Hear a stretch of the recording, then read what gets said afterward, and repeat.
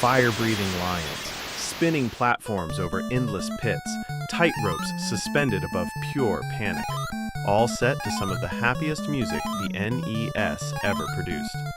This is a game that looks friendly, sounds cheerful, and then immediately reminds you that timing is everything and mercy does not exist.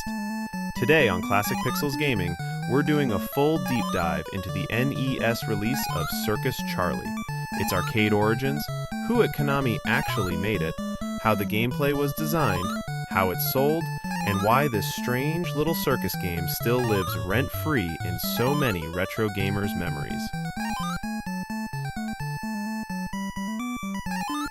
Circus Charlie debuted in arcades in 1984, developed by Konami during one of the most experimental periods in the company's history. This was a Konami that had no fixed house style yet, when they were more willing to gamble on weird concepts and valued mechanical clarity over narrative. At the time, arcades were full of space shooters, maze games, and combat-heavy action titles. Circus Charlie went the opposite direction. There was no combat or enemies to defeat. It was just you, your jump timing, and increasingly cruel obstacle courses that would no doubt get your anxiety levels to 11. The circus theme wasn't chosen randomly.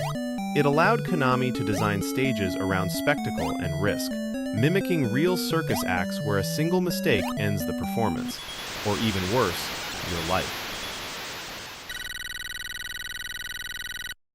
Unlike later Konami titles with famous names attached, Circus Charlie was built by an internal arcade team, reflecting Konami's early development philosophy. Key traits of Konami's 1980s teams included small groups, often under a total of 10 developers, with designers doubling as programmers, with heavy emphasis on learn in seconds, master in hours gameplay.